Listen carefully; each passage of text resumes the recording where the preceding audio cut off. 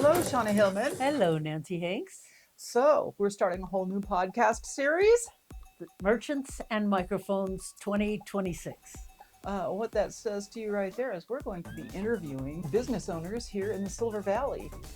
And all of them are supporting the Idaho Panhandle Film Festival. Shauna, what are we going to be doing here? This week we're going to talk to Rayma and Jim Shields, who own the Idaho Silver Shop.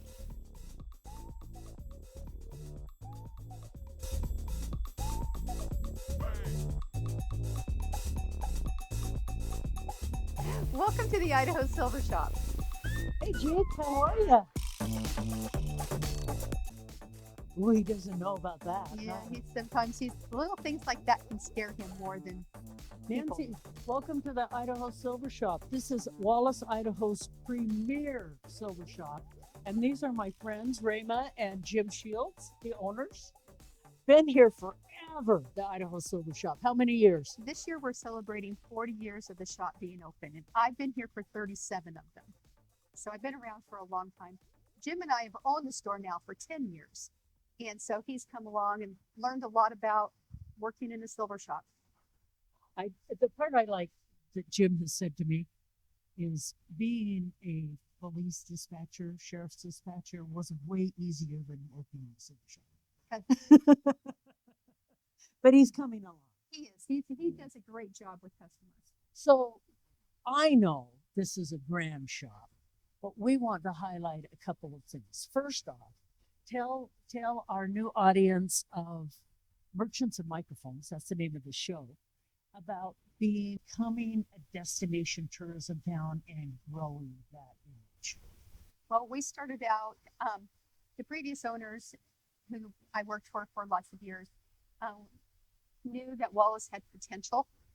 And so they worked very, very hard at getting in every publication and everything to let people know what Wallace had to offer.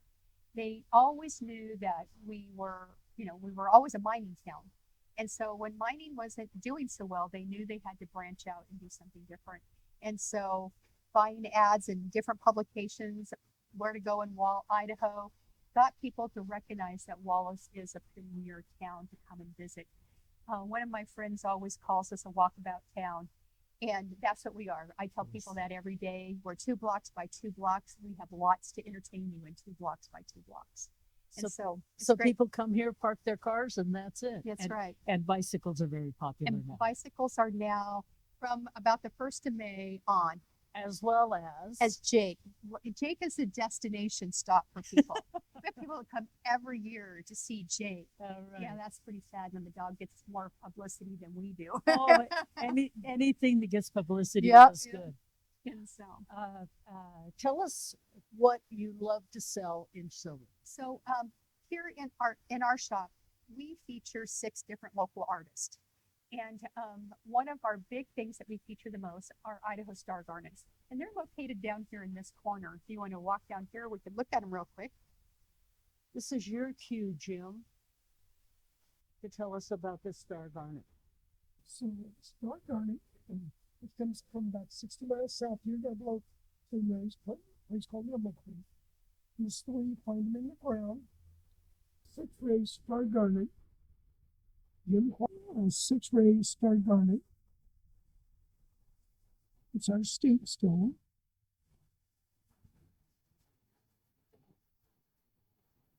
And that's where you find them.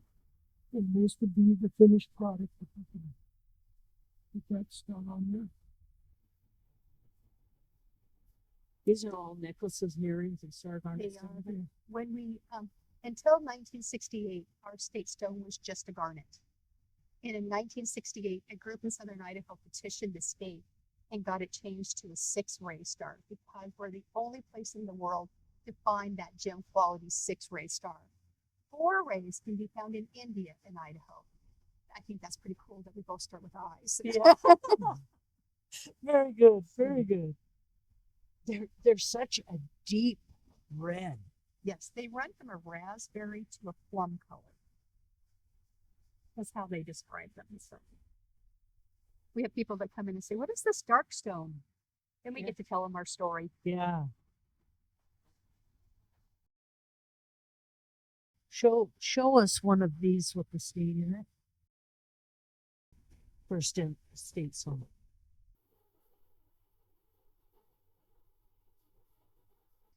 Well, there's a couple things. First of all, silver is number one because we're the silver shop. And then our other stone that we sell a lot of is just at the end of the case down here is a stone called Mount St. Helens Stone. And it's made from the ash from Mount St. Helens. Oh, my mother would be in heaven with these. So what Mount St. Helens Stone, or Helenite is another name for it, is they've taken the ash from Mount St. Helens, they heat it and press it like you're making glass. And it forms this beautiful green stone. A couple million years from now, it'll be obsidian. We just don't want to wait that long. And then they discovered through time that playing with minerals that are in it, they can change the colors. So we have one back here that is a purpley blue color. And this one changes according to the light that hits it. Some lights make it look like a blue topaz, and then the others make it look like an amethyst.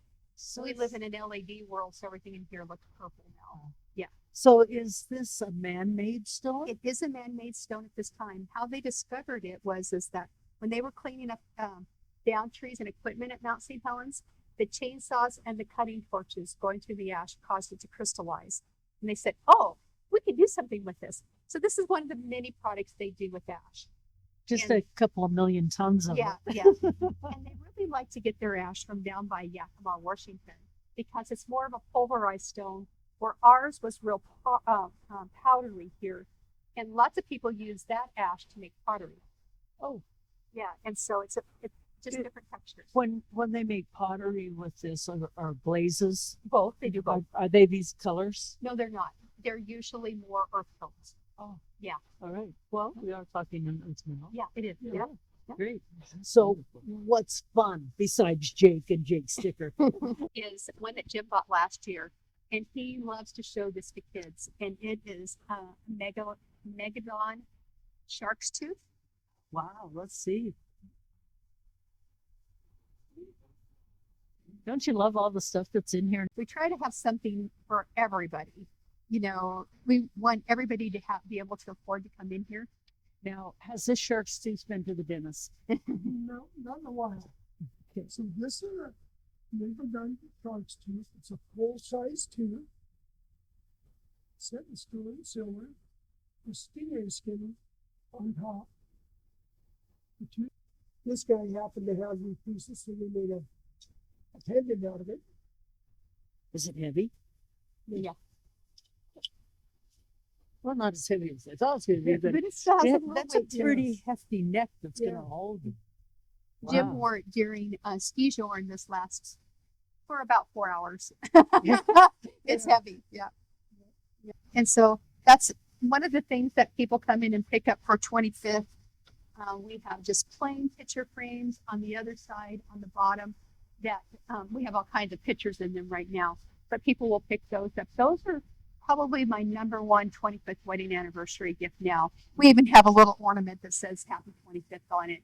But the world has changed quite a bit in that category. And so my number one selling baby gift is a baby ID bracelet. And I engraved the baby's name on it. And people think that's really cool because you don't find those everywhere. And So did you see the T-set that's really outdated? yeah, I get, but you know, I've had a couple of young girls look at it lately. I'm thinking maybe it's coming back. Oh, maybe people will jump on that idea of T-sets again. But no, this one is silver plate. Yes. Right up until October from now, and they have Yeah. to polish it. Yeah. The sad part about this is that a lot of the silver companies are no longer making large pieces of silver. They're just not buying them. And so we have actually lost a couple of silver companies. There's a company called Wallace Silversmith. Have you guys ever heard of them? Sure.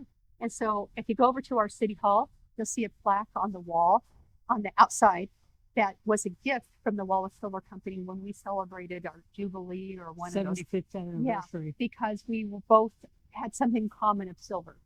And but when the shop opened 40 year is 40 years, they bought a lot of their large pieces like this from a company called Reed and Barton. Reed and Barton bought silver from the sunshine. And so that's one of the reasons that we went with them. So Well, just for an added benefit here, Sunshine Mine is coming back a bit and more all the time. Jake's behind you, Nancy. yeah, And they're putting in a new mill as we speak and probably up and running in mid-June. They are rebuilding their antimony plant and the footprint is still there and the permits are still good. And they're bringing back their silver refinery. They bought it back from Silver Concentrators. That's not right. That's not right. That's not the name. But bought it back from those guys, and they will be producing their silver again. that'll be great. So Sunshine is just a plethora of growth right now, and grateful for them. That's one of the things that we get a lot of tourists that stop in our store because not everybody in town can answer tourist questions. So they send them to me because I've been around a long time. And so I answer a lot of questions. We tell a lot of stories about what's happening with mining and where we're going and what direction we're headed. So Hi, come on in. Well, this should be fun, Nancy. It's going to be a fun It's time. merchants talking about themselves, and merchants are always trying to sell their product, and we're just giving you a preview of what they are. So we can call them the goods, services, and gems of the Silver Valley. Merchants and microphones.